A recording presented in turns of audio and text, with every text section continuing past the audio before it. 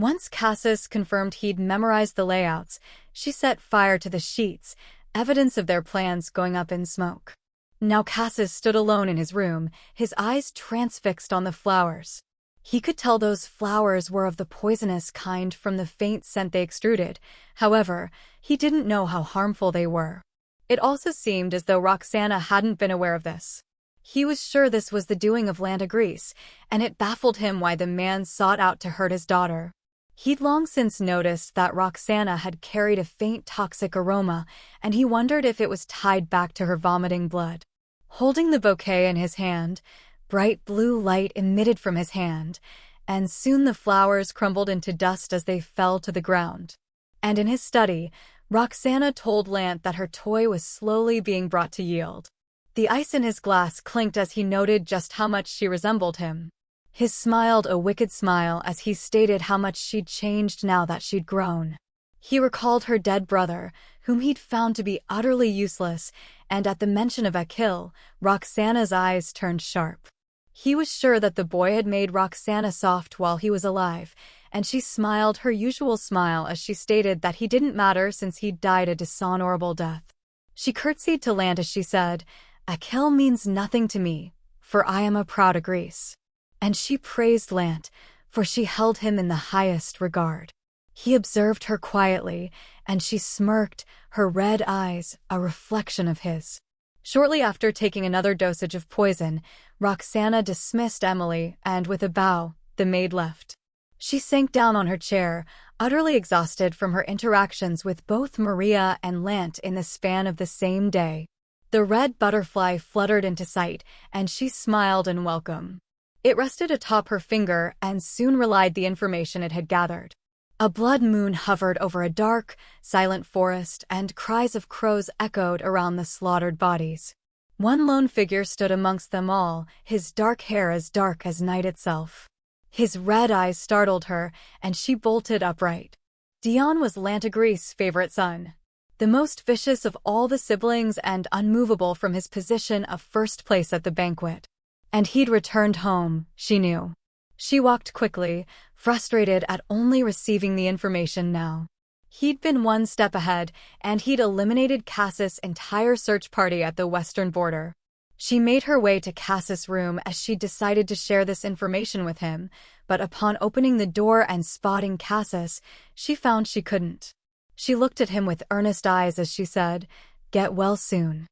She was certain that the Pedelians wouldn't give up their search for Cassis so easily, and she'd make sure to increase her surveillance near the border to look for the next opportunity for their planned escape. The next day, she'd just returned from feeding her egg, and the rain poured heavily outside. She'd gotten drenched in the shower and made the decision to change before she visited Cassis. But as she stepped forward, her eyes widened in shock as he spoke up behind her. He grabbed her bandaged arm as he questioned why she was injured. And just then lightning flashed, illuminating his red, emotionless eyes even more. Dion wondered if her injury was due to the demonic butterflies, but she gave him no response other than to let her go. She snatched her arm from his hand and put some distance between them. The look of pure hatred in Roxana's eyes didn't faze Dion, and he noted that she'd taken Cassis Pedelian as a pet. She wondered why this news intrigued him since he'd never been interested in household affairs before, but Dion stated simply, "It only attracted my attention because it concerned you." But as she turned to leave, she scoffed at the stupidity of his statement. With that, she made her way down the hallway, and Dion's eyes never left her retreating figure. Back in his room, Cassis trained his body, sure he'd gotten strong enough to make his escape soon. Roxana entered the room, and, as he took in her drenched appearance, he was sure something was amiss. She paid Cassis no mind, her thoughts centered on Dion. It angered her that she could never predict his actions nor could she read his eyes, which always appeared cold and emotionless. And as far back as she recalled, he'd always been that way. She wondered if he lied in wait in the hallway, hidden, only to appear once she left this room, and the thought scared her more than she was willing to admit. Her heart beat erratically, fear spreading throughout her body, every muscle frozen as the image of his hands reached for her. But Cass's voice pulled her from her nightmare, and her hazy eyes cleared as he approached her. She swiped at the sweat on her brow as she took in her surroundings, realizing that she now stood in Cass's room. He pointed to her bleeding arm, the arm Dion had clutched, and he told her that she needed to take care of it. The bandage had come undone, and the wound now bled once again. Cassis spoke, but her thoughts drifted to him once again. Roxana wanted to leave, but encountering Dion again terrified her. Cassis turned and ordered her to sit down as he handed her a cloth to clean her arm. And after a moment, she reluctantly did as he ordered. She took a seat next to him on the bed, but soon she found it hard to ignore Cassis's piercing stare, and she wondered what she'd done to warrant such a look. He threw a blanket in her lap as he told her to wrap herself in that. He looked away, and she found his blush adorable simply because he couldn't handle Roxana's near-transparent clothes. A thought occurred to him, and Cassis pointed out her terrible skills at first aid, noting her pearly wrapped arm. But Roxana explained that this was the first time her bandaging had unraveled. He held out his hand, ready to assist her, and she stared at his hand, confused by his unusually pleasant attitude. Soon, he got to rewrapping her arm as he noted her injury appeared to be caused by that of a blade. Roxana said nothing in response. However, his sudden change in demeanor puzzled her. She wondered if he likened her to his sister since it was mentioned several times in the book about the importance of his family to him. Seeing this as an opportunity, she said aloud, "You remind me of my big brother," and her words seemed to surprise him. She smiled innocently, sure she'd finally found Cassis's weakness. But soon after, Cassis found himself in quite the predicament as Roxana loomed over his body. She popped the buttons of his coat one at a time as she told him, "I need your help, Cassis." He watched her with cautious eyes as she explained that things had been relevantly peaceful. However, they had yet to gain each other's trust. She slid her hand down his exposed chest slowly as she stated that while her actions next would surprise him, she hoped he wouldn't hate her for it. Roxana leaned in as she said softly, "Promise me you won't get angry." Her nearness flustered Cassis, for reasons he couldn't understand, and with a controlled strength, he grabbed her by the back of her neck as he questioned her actions. She noted his gentle touch despite the anger in his voice, and she knew by now that this consideration was second nature to him. She caressed his cheek as she ordered him to relax, and as she drew near, her breath drifted across the skin of his neck, and his skin flushed at the feeling. Her lips met the delicate skin there as she peppered light kisses in her wake, kisses that left Cassis breathless and defenseless. Little moans slipped from his lips as the feel of hers on his neck, and when she rose, now done, Cassis was left a sweaty mess from her ministrations. She smiled at the many love bites that littered his skin, satisfied with her work. And later on her walk, she'd spotted Lant and Dion in the garden. She looked away, disgusted at the sight of both father and son and how similar they looked, standing side by side. But her presence hadn't gone unnoticed by Dion, always alert to Roxana's every movement. She recalled her brother, Akil, and his death 5 years ago. He died for failing to eliminate his target during his test, and the one who'd committed the act was none other than Dion Agris himself. And that was one of the reasons she'd never liked him. The other reason was because he was the only person who had seen her at her weakest, when she'd been unable to complete her kill. His arrogant eyes had infuriated her, and she grabbed the sword, tears spilling from her red eyes. And as she looked down at her brother, who was her target, and also nothing but a doll to make her trial all the more difficult. He'd smiled the beautiful smile she'd recalled from long ago, a time when she was happy, and tears ran down her ruddy cheeks as she'd pierced him with her sword. And when he lay dead at her feet for the second time, she'd sink to her knees and cried for the brother she'd lost, vowing to never let him die by Dion's hands again. And the fierce look in her eyes had startled Dion so much, he'd flinched at the fiery depths, so different from his own empty red eyes. She'd made it back to her room, and it was there that Emily informed her that she'd received an invitation from Lady Maria. Roxana's heart skipped a beat at the sight of the invitation, even though she'd expected the letter. Jeremy had visited her with an apologetic demeanor as he'd informed her. He'd mentioned Cassis to Maria, so she'd expected Maria's keen interest in Roxana's supposed toy. She'd, however, not attend this farce of a tea party with Cassis, and she'd hoped that the tea party remained dull and boring. For while others would hate that, Roxana knew that dull and boring was the safest option for her and Cassis. And when she'd stepped into the greenhouse, Maria greeted Roxana with her usual warm smile. But what caught her eye was her mother, who sat at the table amongst the crowd. Her mother's eyes rounded in surprise as she took in the appearance of Roxana. Roxana remained composed. However, her mother voiced her surprise. But Maria spoke up as she'd wanted to keep it a secret. She said it with a smile, and while on the surface it appeared to be innocent, Roxana knew it for what it was. Maria was the predator that liked to play with its prey. Her mother had always been timid and weak, and she could never refuse Maria, who fed off of the power difference between them. A father who ordered his children to kill each other, a son who followed that order and killed his half-brother, and a wife who dragged the other wife around against her will. For all the Agrees family was, one could never accuse them of being normal. Maria sighed, disappointed that Roxana hadn't brought her toy to the tea party, and soon her comment triggered a new round of gossip. The ladies spoke of Cassis and his pretty appearance and how disheartened they were that they'd missed the chance to catch a glimpse of him. Roxana had long since learned how to deal with her deranged family and, with an elegant smile, apologized for her toy's absence since he couldn't attend due to his extremely shy nature. One lady questioned if Roxana hadn't resorted to drugging, but stated that while she hadn't, now might be a good time to start. She set her teacup down with a light touch as she stated that she worried she'd grow sick of him if she went that route, and since this was her first toy, she'd wanted to keep him for as long as possible. The ladies chattered away on their preferred methods of submission, but Roxana's mother was stunned by her daughter's callous words and abhorrent behavior.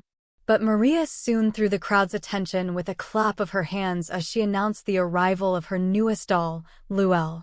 Roxana took in the sight of Maria's latest experiment, one of the reasons she'd hated attending Maria's parties. The grotesque husk of what was once, she'd assumed, a fine lady. The deformed figure introduced herself in an array of unintelligible sounds that escaped from her sawn-together mouth. Maria wanted Sierra's thoughts on her latest doll, but Roxana's mother was too frozen in fright to speak. She muttered out an affirmation of sorts, and Maria smiled back at her creation as she ordered Luelle to pour Sierra a cup of tea. She shuddered as Luelle approached her, and when her eye patch fell away from Luelle's face, Sierra couldn't tear her eyes away from Luelle's mutilated face. Luelle poured tea into Sierra's cup, but it slipped from her hands and shattered to the floor. Maria jumped up in feigned concern and soon trained irate eyes on Luelle and, with a slam of her hands on the table, scolded her for the trouble she'd caused. The doll flinched back in fright, for she knew what was to come. Sierra spoke up as she claimed blame for her clumsiness as she urged Maria not to punish Luelle. But Maria couldn't let her doll's incompetence go, and as she ordered the punishment of her doll, the sound of another teacup shattering interrupted Maria. It was Roxana, and she apologized for the slip of her hand. She noted her mother's scalded skin and suggested that she go rinse it under some cold water and to see a doctor thereafter. Maria urged her to do so, and Roxana waved over an escort for her mother. And with one last glance at her daughter, Sierra left. And with that, the tea party continued. Roxana sipped her tea as Maria introduced a new game. She pitted her dolls against each other for entertainment, and the crowd placed their bets on who would win. Roxana was disgusted by it all and was glad to have removed her mother from this sham of a tea party. But it was once again interrupted as two guards rushed in as they announced the escape of Roxana's toy. But she questioned the possibility of his escape when he'd been shackled in his room. They explained that they'd been ordered to bring him to the tea party and had escaped while they'd been distracted. Her voice soft yet filled with rage, she questioned why they'd bring her toy to the tea party without her permission. The guards, aware of their mistake, tried to explain that Master Dion had given the order, but his words were soon cut off as he found a knife protruding from his leg. He groaned, and her voice extruded seething fury as she stated, "You must take me for a fool because you'd be begging for your life now if you didn't." She ordered them to kneel as she threatened to cut off their heads. They did so and informed her that Cassis was last seen in the southwest hallway and that Master Jeremy had followed suit. Roxana needed to only call out Emily's name for her to know her orders. She bowed and left to pursue the men. Maria offered some help, but Roxana declined. But Maria insisted, wary of getting on Roxana's wrong side, especially with the involvement of Dion, her son. But yet another interruption followed, and this time it was the tremendous shake of the ground, accompanied by the screech of tarantulas, giant beasts like spiders, as it climbed up the walls of the greenhouse. Roxana tightened the scarf around her hair, as she knew that she'd have to deal with this little problem first. Panic ensued at the sight of the tarantulas, and another maid rushed forward as she announced the breach in the monster hutch number 5. The maid urged the crowd to get to safety, but Roxana paid no heed to them. From that little bit of information, she determined that to be close by, and she wondered about the chaos outside. The tarantulas smashed through the glass panes, and the crowd screamed in terror. But we'll go back to 30 minutes prior to see the catalyst of this chaos. Jeremy had caught the guards escorting Cassis to the tea party, and he'd beaten them up. Sure, this was another one of Dion's tricks. His fiery temper exploded, and he ordered the men to go ask Roxana once more. He turned at locked eyes with Cassis, or more specifically, the evidence of Roxana's affection that peppered Cassis' skin. He calmly ordered Cassis to stand before him, but Cassis refused with his usual haughty tone. Jeremy's fist shot out as he delivered a mighty punch to the wall, but Cassis' quick reflexes saved him from Jeremy, almost giving him a new face and hairstyle. But Jeremy backed off, not wanting to draw Roxana's ire, and instead, with his quick-wittedness, shouted for the guards about Cassis' supposed escape. Jeremy smiled deviously, for he was confident Cassis would get captured, and he'd have a valid reason to lay hands on Cassis. But Cassis smirked, for he was not as easy to deal with as Jeremy had assumed. Cassis jumped back to a safe distance, but his eyes widened in surprise as he noted his chain in Jeremy's hands. Jeremy tugged violently on it, but Cassis quickly gathered the chain in his hands, and before he got within Jeremy's reach, the chain shattered, and he jumped back once again. But Cassis was not safe yet, for the shackles slowed him down, and he knew he'd needed to be the fastest he'd ever been to face off against Jeremy. He steadied his body, and Jeremy growled in anger at Cassis' agile movements. Contemplating how to deal with the annoying toy, Jeremy's foot bumped into the concrete slab, and with a glance back, he smiled maliciously. The gate creaked open, and Cassis dodged the approaching guards. The tarantulas creeped out, and the sight set off Cassis' alarm bells. Jeremy explained that it was his job to feed these beasts, and so they knew his presence well enough not to hurt him. Its claws pierced through one guard as the others ran for assistance. One tripped, and the tarantula readied itself for its prey, but at the last second, Cassis leaped into the air and, with a great strike, pierced the creature's eyes. It fell down with a loud thud. The guard shouted out his thanks to Cassis, and he wondered why he'd helped the man in the first place since he'd had no reason to do so. But it was not in his nature to ignore the cries of dying men in front of him. But Jeremy's voice soon drew him from his thoughts as he noted how difficult it was to kill Cassis as well as his strength after killing the beasts. And atop the tree branch where he sat, he smiled and waved happily, glad that everything had worked out. But Cassis didn't take lightly to Jeremy's flippant attitude at the disaster he'd caused. Their conversation was interrupted by the drag of his sword on the ground. Dion approached the two as he noted the ruckus they'd created. Cassis wondered about the sudden appearance of Lana Grease, but, upon further inspection, realized that this was the son, Dion. Dion cast a glance towards Cassis, and he flinched back at the coldness he saw. Dion diverted his gaze to Jeremy as he questioned if he'd opened the hutch door, but of course he'd knew it to be something no one else would do. "That's not cute anymore, because at your age, it's rather pathetic," he said, and his words infuriated Jeremy. Jeremy stood up and shouted out about his order for the toy to be escorted to the tea party. Dion's eyes narrowed in understanding, and he was sure his mother had been up to no good again. But he smirked as he settled his gaze upon Cassis once again, and he informed Cassis that he'd eliminated his entire search party not too long ago, who he was sure were Pedelians. His words enraged Cassis, and he gripped the spear tighter as shockwaves of blue light traveled along his chains, trying to restrain his power. He pointed the spear at Dion as he stated, "Did you really expect to get no reaction after just admitting what you've done to my men?" But Dion only let loose another smirk as he stated that Cassis would be joining them soon. Cassis hurled the spear at Dion, and it soared through the air lightning fast, but Dion didn't flinch as he stopped its velocity with the flat side of his blade. But before the spear could fall to the ground, Cassis was in the air, ready to battle it out with Dion. He landed behind Dion, light on his feet, which Dion truly found impressive, both his speed and agility.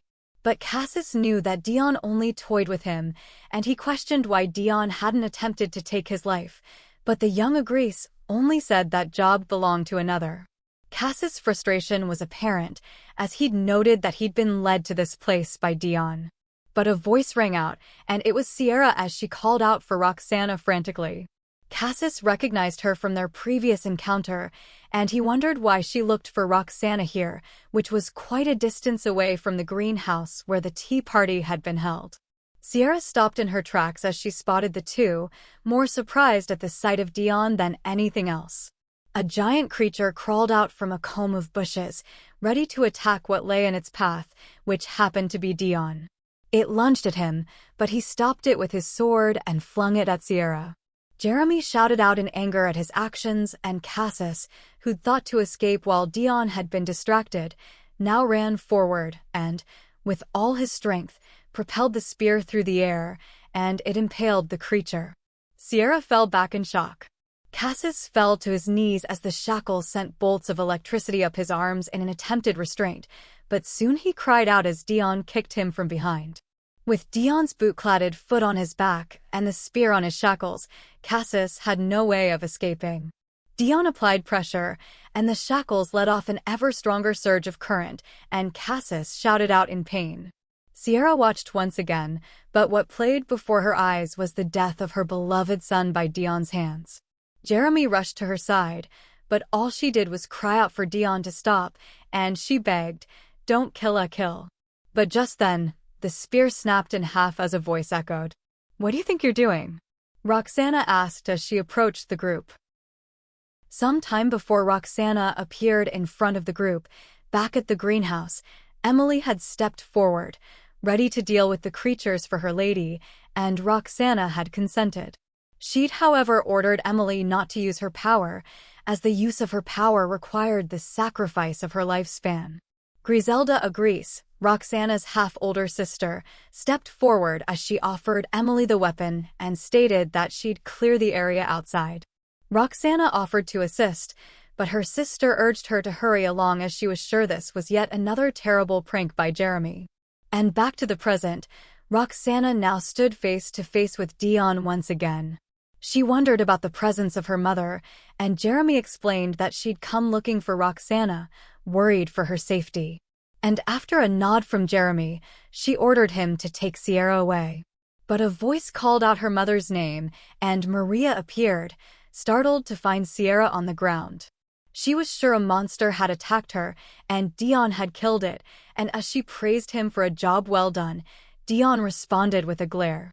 But it was Jeremy that informed Maria that it was actually her son that had hurled the monster in Sierra's direction. But Sierra continued her chant as she pleaded for Akil to be spared, trapped in her tortured memories. Maria shouted out in anger at her son's actions, but it was Roxana's slap to his face that finally drew a reaction from him.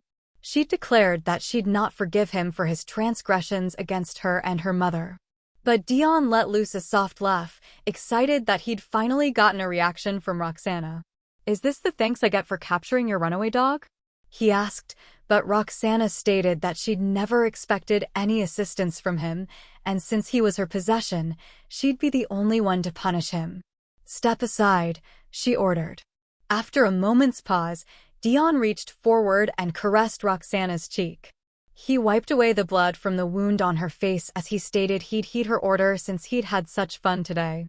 His red eyes bore into hers as he'd noted her anger, which he hadn't seen in a while, and how much he'd enjoyed her reaction. "But I'd enjoy it even more if you cried like last time." His eyes possessed a certain amount of anticipation, as he'd come to know, only happened around Roxana, fortifying his words. He walked away as Jeremy shouted out expletives in his direction. Roxana watched his retreating back quietly, fists clenched. Once everything had been returned to order, Roxana sat in her room as Emily reported that the guards that had entered the greenhouse had been punished. However, some were killed by the monsters that had escaped, and therefore it was quite difficult to determine if Dion had been behind the incident. Emily informed Roxana that some speculated that Lady Maria had been the one to let her toy out under the pretense of Dion and that she'd abandoned the plan when the situation got out of control. Roxana smirked, amused at the turn of events, since it was actually under her order to escort Cassis to the greenhouse, using Dion's name. Although Jeremy opening the monster hutch was an oversight on her part, she admitted. She knew that Cassis would have never escaped since only half of the blueprints she'd shown him were real. And while her plan had been to prove to Cassis that he'd need her help to escape, he'd surprised her by saving her mother instead of escaping. Emily inquired as to what Cassis' punishment would be, and Roxana ordered that he be thrown in the hallucination room. A knock drew their attention to the door as a maid delivered a message from Roxana's mother. She bowed as she informed Roxana that Sierra requested her presence in her room as her condition didn't allow her a personal visit. She stood ready to see her mother. And upon entering the room, Sierra inquired after her daughter's well-being, to which Roxana assured her she was fine. She stopped her mother, who appeared to be fraught with worry, and stated that she'd hadn't a scratch on her body. Sierra sighed in relief, and Roxana wondered why she'd been outside earlier when she was supposed to be in her room, as an alert had been announced that the monster hutch had been opened. Sierra explained that while she'd been aware, she'd wandered out in search of Roxana, worried for her daughter's safety. And upon hearing her words, Roxana's chest ached, the clear worry Sierra displayed for her child. But she tempered that feeling down, and she laughed softly as Roxana thanked her mother for keeping her in her thoughts. And then she dealt the blow with a grin as she stated, "But frankly, I wish you hadn't." Her eyes lost all warmth, and it was clear for Sierra to see that her daughter was not thrilled with her concern. She mocked her mother for her lack of power, as Roxana stated that Sierra had no business coming out to her rescue, for the result was now her lying bedridden from the shock of having encountered monsters. Sierra tried her best to assure her that she was fine, but Roxana ignored her words as she listed the multiple ways their situation could have ended differently, such as Sierra being used as bait to escape from monsters or her toy taking her hostage in order to escape. Roxana's cold eyes fixed her in place as she stated, "Did you think of the possibilities before you came looking for me, Mother?" It was clear as day that Sierra had never considered the dangers as she'd wandered about, looking for her daughter. Roxana made her way to the door, done with this conversation, but left some parting words, a warning. She told Sierra to never do something like this again if she truly cared for her, as it was quite troublesome. "I'd hate to think of you as a burden, Mother," she said, and the door clicked closed softly behind her, marking the end of their conversation. Emily walked soundlessly behind Roxana as she informed her lady that Lant had just entered through the gates, and Roxana made her way to her father. She informed her father of good news as a greeting, and he smiled devilishly, as always, at her words. Butterflies swarmed towards Roxana as she stated with an arrogant grin, "I have successfully hatched the poison butterfly egg." Lance's eyes widened gleefully at the news, and he wondered how she would raise these butterflies, to which she said that she'd raise them as killer butterflies. Footsteps descended the stairs behind her, who Roxana already knew to be Dion's with his eyes trained on her. She noted what an honor it would be to contribute to the family by controlling one of the most powerful weapons, she said with a glance at Dion, a look filled with smugness. Lant walked away with a bounce to his step as he praised Roxana, and Dion watched their entire exchange from the staircase. And as she ascended the stairs, she passed him and noted with regret that she'd only delivered a single slap to his face. She questioned angrily what he would have done had Cassis not saved her mother, but Dion missed not a beat as he told her, nothing. He leaned close as he reminded her, I enjoy seeing you cry. She scoffed at his whispered words, and as she made her way up the stairs, she told him that was something he'd never bear witness to again. And with those last words, she continued down the hallway. She stopped near a large mirror and observed her reflection. She'd finally become the person her mother had always wanted her to be, and that was a proud ogress and one that resembled her father the most. But the sight didn't please her. No, it repulsed her so very much. In the hallucination room, Cassis experienced a memory from his distant past of his beloved sister who wailed over his prone body, and he recalled the words he'd received, almost prophetic. A power that he couldn't control was but a curse instead of a gift, and it was then that he'd been banned from ever using his powers again. He was reminded that he was a Pedelian, therefore they were noble judges and nothing else. The memory shattered like a stone to a fragile mirror as the gentle hand stroked his head. But as the voice told him to sleep more, his eyes widened in surprise before narrowing in suspicion. Roxana explained that he was in the hallucination room, and therefore what he experienced was nothing but an illusion. She grinned as she stated, I'm not even real, just like everything else in this world. At her words, Cassis surrendered to the lulling feeling of her hand and her soft breath on his face. She thanked him for saving her mother, but he ignored her words. Instead, he focused on the feelings she evoked in him, and he wished that she was a person he could hate.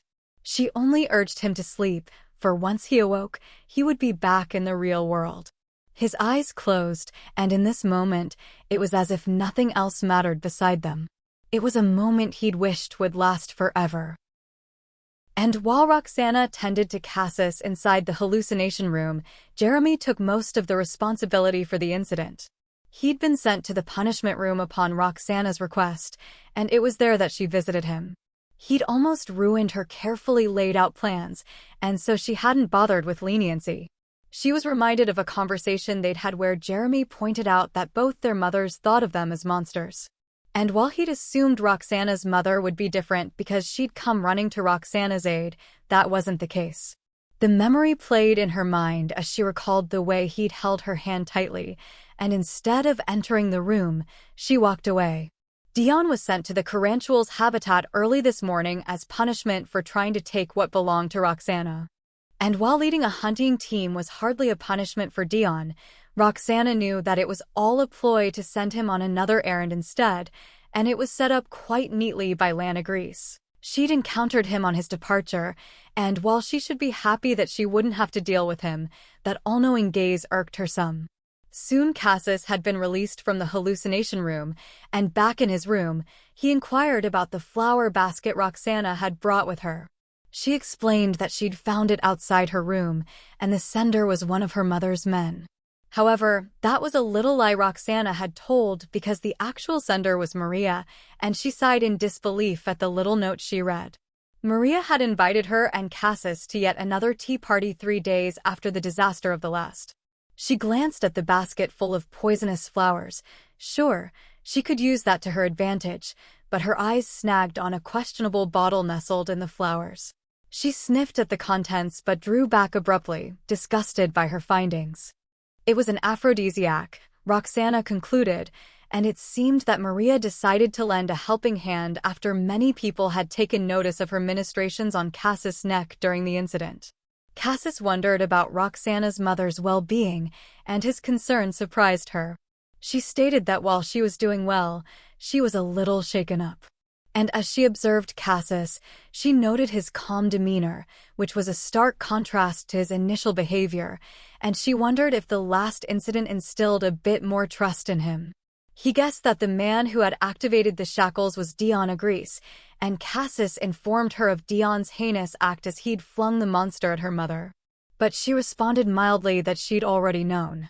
Cassis was outraged, but Roxana explained that his actions was expected of him since Dion was an Grease.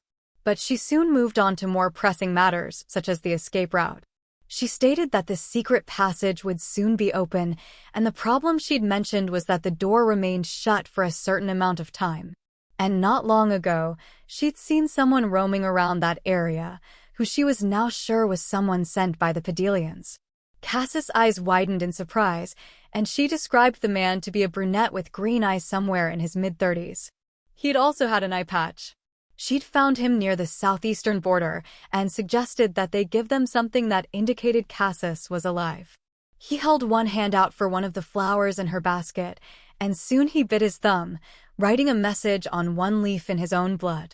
It was a code of some sort that Roxana was sure only a Pedelian could understand. He handed it to her as he stated that she'd yet to gain his absolute trust. However, he'd still thank her for what she'd done for him, even if she'd helped him with an ulterior motive behind her actions. And as she took the leaf, she couldn't explain the tight feeling in her chest.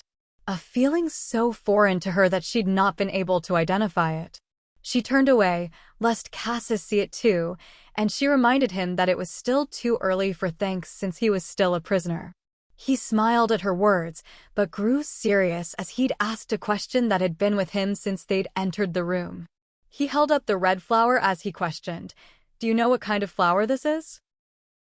His question surprised her, and his answer sure enough did the same, as he stated that the flower was poisonous, although the exact species was unknown to him. She questioned how he'd come across this knowledge, and Cassis explained that he'd seen this flower before. But Roxana knew that was impossible because that flower was one of the many created by the Agris family, which outsiders were not privy to. His eyes reflected the concern he felt as he warned her to be more careful and suggested that Roxana throw the flowers away, or at the very least to keep a good distance from them. He turned away, sure Roxana didn't believe him, but her words stopped him as she said, "I believe you." She graced him with a gentle smile as she noted that he'd had no reason to lie to her. Soft laughter escaped her lips, and the sound disarmed Cassis in a way he couldn't define. But even as Roxana distracted Cassis with her laugh, she wondered how he had known about the poisonous flowers. She knew he'd kept a secret from her, but she was uncertain why. A new day brought along new duties for the ever-busy Roxana, and she felt especially exhausted today. She was sure the cause of her unusual loss of stamina was because she juggled keeping an eye on Dion and the Pedelians as well as raising the butterflies all at the same time. She walked slowly down the hallway, and it was there where she encountered Charlotte. The little girl had heard about Roxana's toy's attempted escape, and Charlotte mocked her for it. But Roxana let loose a mocking grin of her own as she noted that Charlotte had been let out of the punishment room sooner than she'd expected. Her provocation worked, and soon Charlotte burst in a fit of anger as she shouted out in fury. Charlotte knew that Roxana had manipulated her into going into the dungeon and that Roxana had only received her toy after Charlotte had been sent to the punishment room. Roxana didn't deny it and called the little girl an idiot for falling for her tricks. Her words infuriated Charlotte all the more, and she was sure Roxana had lied about a great deal more, including the butterflies, and she vowed that she'd take back the toy that should have been hers by right. Roxana was disappointed that this was all Charlotte had thought about while in the punishment room. "I guess stupidity really has no cure," she mused in mock dismay. But soon her voice lost all traces of amusement as she looked at Charlotte with sharp, cold eyes. She would teach the girl about whether she'd lied or not. She raised her hand, and her butterflies swarmed towards their intended prey. Charlotte looked about, confused, until the butterflies started their feast, and soon she wailed in agony. But Roxana wouldn't kill the girl, for she only wanted to teach the girl a lesson. Once done, Charlotte lay on the floor, her arm now mutilated, and Roxana gave one more warning. "I don't like foolish children. So, try not to disappoint me again." She walked away, sure her warning was well received now. But for all her bravado, Roxana wasn't unaffected. She rushed to Cassis' room, and once the door slammed shut, she let loose a torrent of blood that she'd been holding in. Her legs gave way, and she tumbled to the floor, and through her blurry vision, she witnessed Cassis break away from his shackles with bare hands, something she'd found amazing even in her delirious state. She knew she'd pushed her body by using the butterflies in such a way, and this had been the result. He rushed to her side, panic clear in his voice as he shouted out her name. He clutched at her unconscious body, his hands a flurry of unsure movements. He knew not how to help her. Moments before Roxana had entered the room, Cassis recalled his interaction with Dion Agris during their first meeting. He thought about the words Dion had said about annihilating Cassis' search party as well as the words he'd said to Roxana. He gritted his teeth as the mounting anger threatened to consume him, and he understood that social norms, laws, and ethics meant nothing to the members of the Agris family. Roxana's voice echoed in his head as she thanked him for saving her mother, and he wondered what would happen to her once he escaped from this mansion. He knew she'd be in danger once he left, and his helplessness frustrated him. He was aware enough to realize that the more entangled he became with her, the more unease he should feel. The sound of the door startled him from his thoughts, and he looked to find Roxana leaned against it. She appeared unsteady, and as he called out her name questioningly, the first spurt of blood from her lips stunned him. And as she fell to the floor, he rushed to her side. And now he gazed at her pale face and bluish-tinted lips, and he knew that she'd been poisoned. Her eyes slid open, and her voice reached him in broken words as she implored him to stay inside lest he be found and killed outside. "I'll protect you," she vowed, her voice weak and strained. Cassis held her cold, stiff hand and insisted that she see a doctor, but Roxana stopped him as she pleaded that no one see her in such a state. Her hand went limp and fell from his. He squeezed her body to his as he fought an inner battle with himself. If he let her die, would he ever be able to forgive himself? He'd known the answer all along, and soon his seal broke. His golden eyes glowed as his power was unleashed. Bright light encased him, eradicating all unworthy objects in its path. He gazed at her still form in his arms, and he sensed death was near. And so, with a clear mind, he leaned forward and kissed Roxana. He touched her hand, and she roused from her unconscious state, and he released her lips. She looked at him baffled, but before she questioned his actions, he pressed his lips to hers once more, and she groaned in confusion and at the taste of him. She touched his chest, her feeble attempt to push him away as she ordered him to stop. She assured him that she'd be fine, and her lack of concern for her well-being angered Cassis. But Cassis had recognized the look in her vermilion-colored eyes. The look of acceptance, of someone who was ready to die at any moment. And it was in this moment that Cassis finally understood why she'd always preoccupied a corner of his mind. Why he could never dismiss her for even a moment since his first glimpse of her. Roxana slowly opened her eyes, feeling much better, and she wondered just what kind of power Cassis possessed. The excruciating pain in her abdomen had disappeared, and she could breathe so much better now. She'd made sure to stop Cassis, for if she hadn't, he would have neutralized all the poison inside her body, and all her hard work would have been for naught. But soon her eyes widened as she recalled in the story that Sylvia had a power just like this. In the novel, Sylvia could heal anyone with a kiss. Her healing powers were stronger the more she'd engaged in sexual activity. It was for this very reason that Sylvia had become a sexual slave for multiple men from different families. However, Roxana hadn't realized the power ran in the Padelian family. She was sure this was how Cassis had been able to recognize poisonous plants. She assured him that she wouldn't die so easily and that she would protect him until he made it out of this mansion safely. But Cassis' brow furrowed in displeasure as he responded, "Why are you saying this? For I am not your brother." His words surprised Roxana, but she quickly grew annoyed. She once told him that he reminded her of her brother only to get closer, and she knew that Cassis thought she only helped him because she saw her older brother in him. But that was not the case, for they did not even resemble each other, so there was no way she could make such a mistake. Her main goal was to make sure the story didn't end in tragedy because of Cassis's death. But as she thought about it, a dawning thought crossed her mind. She didn't want Dion or Cassis to think of Akil as her biggest weakness. And it was because of this thought that Roxana responded with scalding words. "You're nothing like my brother, so don't flatter yourself," she said. She looked away with a sigh, aggravated by the entire conversation, but she could not be certain of the reason for this feeling. But Roxana was smart and soon realized the cause for this feeling. It was because this was the first time she'd been honest with her feelings. She stood in a pure white dress as she gazed at the array of colors scattered across the sky.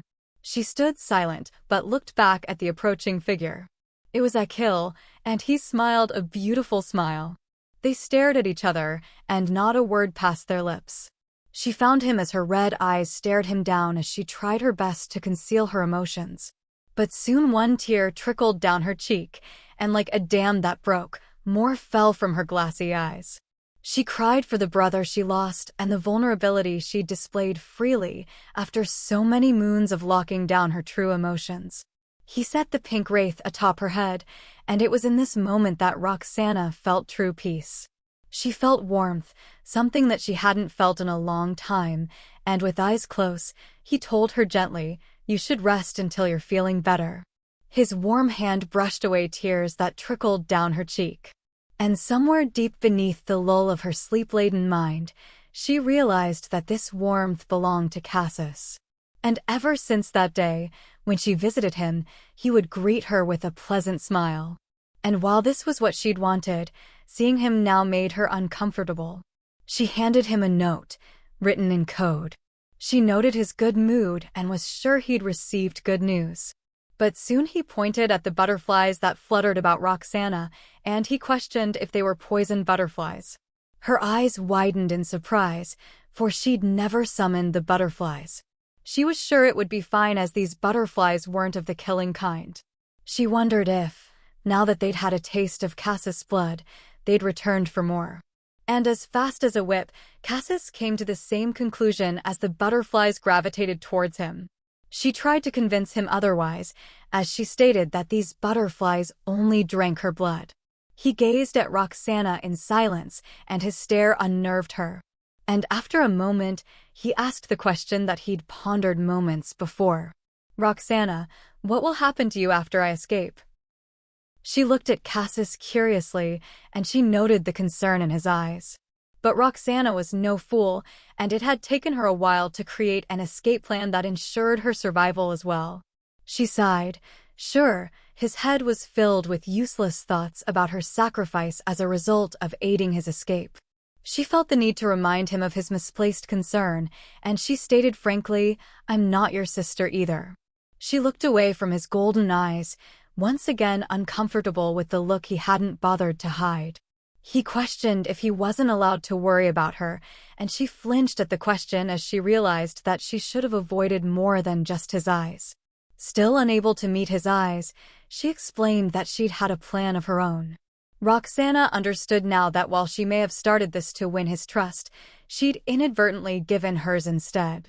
She told Cassis that she'd explain her plan to him in the morning and informed him that she'd directed the Pedelian men to a safe place, and when the time came, he'd join them. And as she left the room, her mind filled with the conversation. The little information she'd fed Cassis had been nothing but a lie to reassure him. In truth, she would direct the men to the northern border near the swamp, which was found in the dark forest where dangerous creatures roamed. It was a place that, for anyone who had ever entered that forest, failed to make it out alive. Roxana now understood why the Agrises had so brutally tormented Cassis in the novel, and the simple reason for this was because Cassis was unlike any other toy before. He was unique and bright in a way they'd never experienced before, and Roxana understood all too well the obsession they'd developed towards him. She realized too late that she should have pushed away his gentle hand that had wiped away her tears, for now she was in danger of wanting to keep Cassis all to herself. She'd reached the conclusion to get Cassis out of this mansion as soon as possible. For his sake and for hers. Roxana now sat in the garden as she ordered the maids to prepare a refreshing drink. The guards watched in horror as her butterflies feasted on its latest prey. She warned them that if her butterfly's thirst wasn't quenched soon, they'd find new prey, and her subtle comment didn't go unnoticed as they quickly marched on. The two maids on duty whispered to each other, loud enough to be overheard as they spoke about Roxana's different demeanor, particularly today. While she'd always been unapproachable, it seemed like today her frightening aura stood out more so than usual. But with a single glance aimed at the two, they froze in place, for they knew they'd been overheard. They trembled, fearing the punishment they'd receive, but Roxana spared them not a moment more, for her thoughts drifted once more to Cassis. She was certain that it was within Cassis' capabilities to escape on his own now, but he'd chosen to stay out of concern for her. A voice drew her attention, and she looked to the side as Lant approached her and Roxana greeted him with a bow. He inquired about the butterflies, and she explained that they grew stronger just as he'd hoped. He offered assistance, and she needed only to ask. Roxana took this opportunity and requested that they be fed the flesh and blood of something big and strong, as she believed that what they ate would help them become stronger. Lance smirked at her request, overjoyed at his daughter's devious personality, so much like his own. She knew that the monthly evaluation was but a mere 3 days away, and that meant that Dion would return from the Carantual's habitat. She grinned, having finally set her stage for her grand performance. Night arrived, and Roxana's little minion informed her that the Pedelian guards had arrived safely to the forest near the northern border. She smiled, hoping they'd like the little surprise she'd set for them since she'd personally selected them. The butterfly fluttered away, and she looked up at the night sky, amazed that Cassis had been at the mansion for almost a month. And soon he'd leave, and her life would go back to the normalcy she'd grown accustomed to. She set his tray of food down and suggested he eat before it grew cold, but his words gave a pause as he noted her pale pallor. Roxana knew the reason for her poor condition was the increased dose of poison as well as the large amount of blood loss due to her poisoned butterflies. But of course, she mentioned none of this and instead opted to share a bit of news about the Pedelians. She questioned if he worried at all about his men, but Cassis simply responded that he had much faith in Isidore. But Roxana hadn't failed to recognize his lack of faith in her abilities, and as she pointed this out, Cassis said nothing in response as he locked eyes with her. But after a moment, he raised his hand, and with a flicker of light, his shackles fell away. He maintained eye contact with Roxana as if to prove that he no longer needed to hide his powers. He grabbed her hand and pulled her close. His sudden actions startled her. His powers glimmered around the hand he held, and Roxana scolded him for touching her without permission. But Cassis reminded her that she touched him all the time against his will and soon broke out into a smile at her petulant behavior. "So, this is the real you," he said as if discovering her weakness. Roxana sat at a loss for words, but soon explained that she'd grown quite annoyed. His grin remained fixed in place, and Roxana, unable to bear his boyish grin anymore, looked away. She tried reassuring herself as best she could that the only reason for Cassis' sudden change in attitude was all for the concern for their plan, for if she fainted once more, it would hinder their escape plans. And so she reminded him once more that she was in a grease. He searched her eyes, hoping to shed some light on her thoughts as he said, "I know." A couple of days had passed, and the monthly evaluation was only 1 day away. And in the dead of night, the guards sounded the alarm, alerting everyone to the intruder that had made their way onto the premises. The young Agree's children saw this as nothing but sport as they laid claim to their victims of choice amongst the intruders. Lantagree stood near a window in the hallway as he observed the scene below, surprised that some Pedelians had made their way into the mansion when he was sure he'd dealt with all of them. Roxana appeared behind him as she wondered about the commotion, and he ordered her to go and check if her toy was in his cage. She turned and left, ready to do just that as she'd assumed the intruders to be the Pedelians, and Lant admired his daughter's wit. She opened the door, and Cassis knew it was time for his escape. They rushed through the darkened hallway, his chain in hand, and it was there they came across 2 guards. They inquired about her actions and suggested that she return with her toy as the mansion wasn't safe. But she raised a finger to her red-stained lips as she shushed the guards, and they fell silent, captivated by her beauty. She explained that she'd planned something fun, so they'd need to keep her actions a secret, and they complied without much resistance. She questioned where her father would send the captives, and they stated that it was the first lobby where the statues were. She thanked them, and as she walked away, Cassis noted how enthralled they were with Roxana. She stated nonchalantly that most were, however, he'd been the odd one.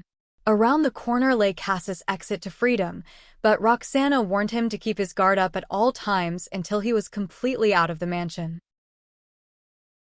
Before they walked any further, she reached for their only source of light, candles on a nearby wall. She put the candles out with her bare hands, and she barely noticed the sting of her injury as she explained that a spell prevented the door from opening unless she put out the candle. And she would need to do it again to close the door. The doors rumbled as they slowly opened, but Cassis was more concerned about her injury than his impending escape.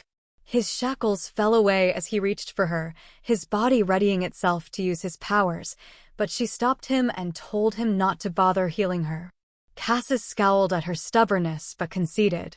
She explained that there was only one path from here and that she'd told him everything he needed to know. She clutched at her arm, nervous as she said softly, "Be careful." And Cassis took his first steps to freedom but stopped abruptly. He turned to Roxana and, as he grabbed her injured hand, told her that they would meet again. He intertwined their hands as he healed her, and all the while, their eyes never strayed from each other. His lips curled into a beautiful smile as he told her that they wouldn't need to say their goodbyes now, and with a soft whisper in her ear to stay safe, he was gone. She stared at the empty doorway, knowing that they'd likely never see each other again, and so she quietly said goodbye to Cassis. The doorway closed slowly behind her, and that was how she parted with Cassis. Outside the mansion, the guards frantically chased the intruders, and one shouted out as they found him. Lant, who just so happened to be in the courtyard, rushed to the voice, only to find that it was a Carantual that had escaped capture previously.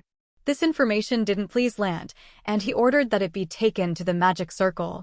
They'd placed the creature in a large sack and set it in the magic circle drawn before the statue that cried blood, and as the alarm ceased, they realized that it was the creature that had tripped the alarm. Roxana's voice rang out in the large room as she questioned if the intruder was bound in the sack, and Land explained that it was nothing but stupid vermin. The creature squirmed in its sack, and Roxana offered to give it a welcoming gift, unaware that it was actually a Carantual and not a Pedelian, or so Land assumed. She pulled Cassis forward with his chain, and as he fell forward, the butterflies encased him, feeding off his blood and flesh. And when they were done, not a trace of him was left as they devoured him completely. Her actions stunned everyone in the room, but as the Carantual escaped its sack, she was disappointed to find it was not one of the Pedelian men. "I wanted to see the look on his face while he watched his master get eaten alive," she said with a smile, and her words snapped Lant out of his daze. He broke out into maniacal laughter, unable to suppress his amusement. And when he stopped, he praised Roxana as she impressed him with her merciless actions. The butterflies danced about her, giving her an almost ethereal appearance as she thanked her father. Lant was disappointed that he'd never thought to kill Roussel Pedelian's son in front of his eyes, and he knew he'd have enjoyed the pain in the Pedelian's eyes. He walked closer as he noted how displeasing it was that the intruder wasn't one of the Pedelian men, but Roxana stated that while that was the case, her butterflies had made a good meal out of him. Lance smirked at his daughter's ruthlessness as he said, "Yes, you're right. How generous of you to end his life so magnificently." Roxana let loose a soft chuckle at his words and, with a graceful bow, stated that she would retire for the night as the hour grew late. Lant bid her a good night, and that was how Roxana had fooled Lantagrease into thinking she'd taken Cassis' life. In doing so, she'd secured Cassis' escape as well as her safety. She returned to her room, and she ordered Emily not to allow anyone entry into her room. Emily bowed and left, and soon Roxana stood alone in her room. She took a single step before she collapsed onto the ground as blood spurted from her lips. But the success of her plan far outweighed the pain she felt, and she smiled. She'd hoped Cassis had escaped the dark forest safely. In order to help him get away, she'd revealed her killer butterflies. However, no one knew that she'd successfully hatched another egg, and she'd raised those butterflies with hallucinogenic abilities. The Cassis that had died in front of everyone was nothing but a mere illusion. And so, to prevent any trouble with his escape and for her to remain safe thereafter, she'd devised a little plan of her own. And no one could know the truth about what really happened. She was sure by now he'd have met up with the Pedelian men who waited for him near the secret passage. She'd also ensured his safety from any monsters by using her killer butterflies to protect him. She coughed once more, and blood coated her lips. She looked at the clear skin of her hand covered in blood, and she smiled. It was the hand that he'd healed, and an overwhelming amount of relief washed over her. Her red eyes glistened in the moonlight, afraid to let the optimism overcome her. And she was right, because as she heard the click of the lock, she turned and locked eyes with the one person she despised most. Dion walked closer and spoke the surprising news he'd heard. Roxana had fed Cassis Pedelian to her poison butterflies. She wiped at the blood on her lips, hating that she'd appeared as anything other than her composed self in front of Dion. His red eyes bored into her as he questioned, "Where did you hide him?" He gave her no time to answer as he kneeled before her. He wrapped his large hand around the nape of her neck as he guessed, the dark forest on the northern border. He commended her on her excellent execution and ability to deceive a crowd. He raised a hand toward one butterfly as he surmised that these butterflies induced hallucinations. He was sure that she raised killer butterflies, but wondered if she'd hatched more than one egg. Dion's theory hit too close to the truth, and Roxana finally shut down his assumptions as she told him, "Don't be ridiculous." Dion was certain what he knew to be true, and so Roxana did away with her charade as she questioned, "Are you going to tell everyone?" He held the delicate butterfly in his hand as he leaned forward and pondered if he should send guards over to the northern border. He closed his fist around the butterfly as he told her, "It might not be a bad idea to rip that bastard into tiny pieces just to see the look on your face." She stared at Dion in silence, and her lack of reaction irked Dion. He stared back for a moment before he released the butterfly and turned away, ready to leave. But her voice stopped him as she said, "Don't go." He turned back quickly, sure he'd heard wrong, but the look in Roxana's eyes stopped Dion. She looked up at him with glistening eyes as she begged softly, "Don't go, please, Dion." He leaned forward as she laid a gentle hand on his cheek, accepting her affection. But soon a smirk spread across her face as her eyes turned sharp once again. She let him know just how easy it was to manipulate him since she knew what he wanted from her, but she needed absolutely nothing from him. He was a man that she despised down to her bones, and she let him know as she said, "You make me sick." But Roxana was more cunning than Dion had given her credit for, as she told him that she'd make him her dog since he begged to be hers. She wrapped her arm around his neck and drew him close as she told him, "I guess you and I can go to hell together." It was that day that Roxana had made a binding pact, as she knew full well what lay ahead on this thorny path she had chosen to the fiery pits of hell. In the novel, Jeremy had broken the news of Cassis' death to Sylvia in the hopes of winning her favor. However, that had acted as a catalyst for the downfall of the Agrice family, as Sylvia had vowed to end the entire Agrice family. She promised retribution for her brother, whom she'd loved so dearly. And so, 3 years had passed since that fateful day. Now Fontaine Agrice, Lan Agrice's firstborn son, drudged through the dense snow, furious at his father's favor towards Dion. He contemplated how to relieve his anger when a voice spoke up. Roxana appeared behind him as she advised not to go that way since there was nothing to kill in that direction. With a glance, he took in Roxana's lovely appearance as he said her name aloud.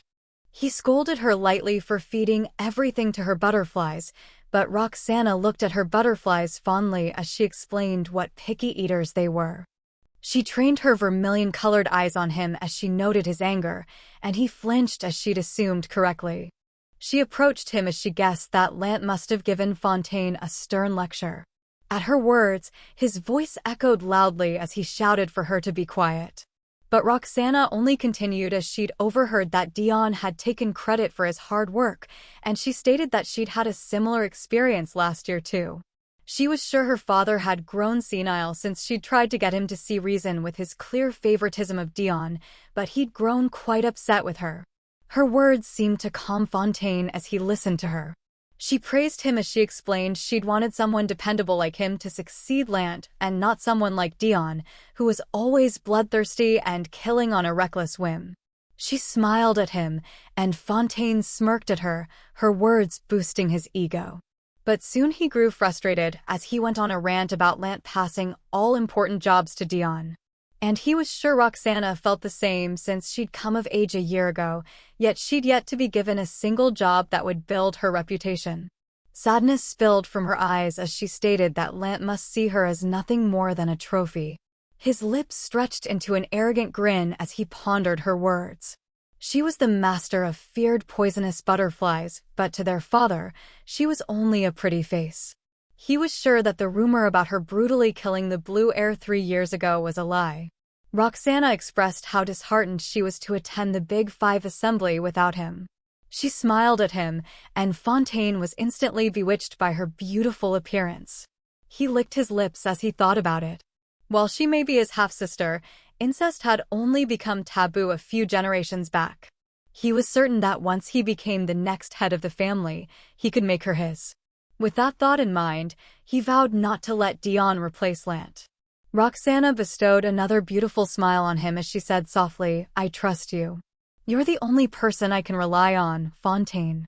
Their conversation came to an end, and as she walked away, Roxana couldn't help but scoff at Fontaine's obvious train of thought. She'd use him like the fool he was and then discard him as needed. Jeremy called out to Roxana by her nickname, Xana, as he seethed at Fontaine's audacious attitude. He wanted to rip the man's eyes out for trying to covet what wasn't his, but Roxana warned him to rein in his anger, for once he hit rock bottom, Jeremy could do as he pleased. Jeremy let loose a rant about his buffoon of an older brother, but Roxana interrupted as they needed to return to the mansion. If Fontaine had returned, she was sure that Dion had too.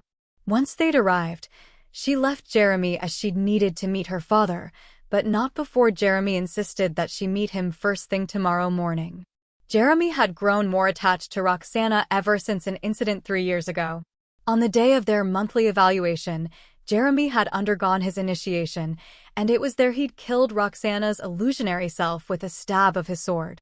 He'd sat crumpled on the ground as he'd cried, and she'd comforted him with a gentle pat on his head. She'd smiled down at him as she'd assured him that what he'd experienced was nothing but a hallucination and that she was alive and well. For if he'd failed to kill her, he would have lost his life. A maid interrupted her thoughts as she informed Roxana that Lady Sierra wished to see her, if she was available. Roxana questioned if her mother was in the presence of Lady Maria, but the maid informed her that she was alone. However, Roxana told her that paying her mother a visit would be impossible right now since she'd been on her way to see her father. The maid grew nervous as she asked if Roxana could visit after, but Roxana turned to Emily as she wondered if Lady Maria could visit her mother in her stead. She was sure her mother had grown quite bored as of late since it had been some time since she'd attended one of Maria's parties. The maid quickly stated that Lady Sierra had asked for Roxana specifically, but she ignored the maid as she told Emily that Maria would never reject her mother's request, but if she by chance did, because of the last incident at her tea party, Emily was to inform Maria of Dion's return. And with Dion's return, Roxana was sure Maria would console her mother more than anything else. She looked at the maid once more as she gave some advice. Roxana told her to always think about what was best for her master, and if she, Beth, ever bothered her like this again, she would be held responsible for her actions. She bowed in apology, and Roxana continued on her way. Roxana was glad that her mother's maid actually followed orders. Beth had initially been under Maria, but at the tea party she'd almost lost her life when her mother had stepped in and saved her. Roxana was sure that she would serve her mother well. She arrived at Lance's office and entered after a knock. She greeted her father with a smile, and he inquired about the preparations for the assembly, to which she informed him that everything was going smoothly. Her words pleased him, and he noted that without the assembly, they would have had no way to keep an eye on the other families. Cigar smoke drifted about as he stated his certainty that she'd do well this year, just like she'd done so previously. She accepted his compliment with a smile. And after she'd left Lance's office, she'd entered her quarters to find Dion sat upon one of her chairs. He expressed his impatience at having to wait for her, but she told him that she'd intentionally taken her time since she'd known that he'd been waiting for her. She stepped in front of him, and as she ran her fingers through his hair, she applauded him for a job well done on the task she'd given him. Her fingers drifted to his lips, and she tapped at the softness. She tilted his face up, and she gazed into his eyes, so much like her own, as she noted how foolish he was in his insistence to report to her every chance he got when there was no need. "Don't you know that seeing your face makes me sick?"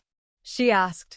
He grabbed her hand and held it tightly as he told her that while her affectionate touch didn't match her words, as usual, he still found the sight of her remarkable.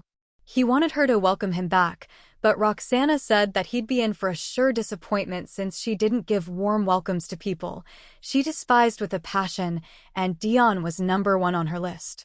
She smirked, for she knew that no matter how much she loathed him, he would still desire her nonetheless. She mocked Dion as she stated, "I take it you missed me a lot," and that was in the proof of his visit first thing upon his arrival. Her jibes angered him, and he glared at Roxana as he warned her that her attitude would anger him and no good would come out of upsetting him. But Roxana was unafraid, and her smile remained in place. Satisfaction oozed from her eyes at having got the reaction she wanted. She enjoyed seeing Dion seethe with anger, and she told him that he should be glad that she was honest with her feelings, unlike when she'd encountered Fontaine.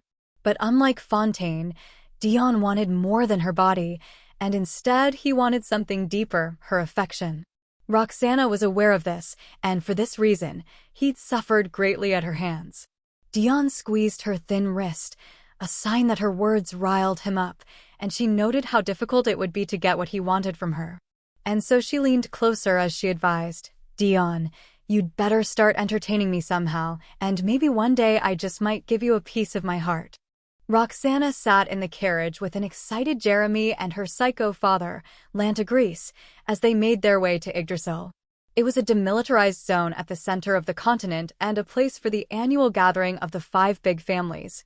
The assembly consisted of the red Castro, the blue Pedelian, the gold Vertium, the white Fapelian, and the black Agris.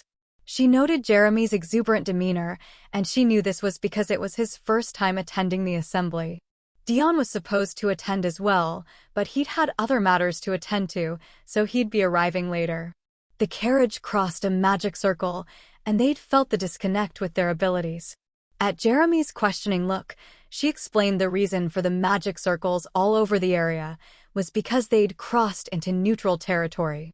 500 years ago, one of the white Fapelians used their power of communication with demons to terrorize Yggdrasil. And it was because of that incident that giant magic circles were placed all over the land for protection. Roxana had learned during last year's assembly that this magic interfered with her connection with her poison butterflies. But like all things, magic had its weaknesses, and Roxana had found a loophole.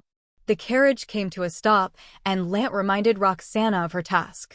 She stepped out of the carriage as she'd thought about the loophole she discovered. To avoid the magic circles, one only needed to summon the demonic creatures before setting a foot into Yggdrasil. And while she might not be able to use her butterflies to their full potential while she was in Yggdrasil, she could use them for surveillance. For the next 3 days, her butterflies would act as the eyes and ears of Lantagris. But that was not all, for she would continue her monitoring of her father as well, just as she'd done for the past 3 years. She excused herself since she'd felt fatigued from the trip, and Lant let her go with a smile. And after a short bow, she left with Jeremy in tow. After she'd settled in, she spied from her window above as Lant met with some gold Vertiums. In the novel, Lant takes great interest in the Vertium's art of puppetism. It was a method of creating living puppets that resembled real humans. And this was the power of the Vertium family. She theorized that Lance's interest in the art stemmed from his intrigue in creating the perfect soldiers since they'd neither felt pain nor fear. But Noel, the head of the Vertiums and one of the protagonists of the book, took advantage of Lant and joined hands with Sylvia to bring down the Agris family.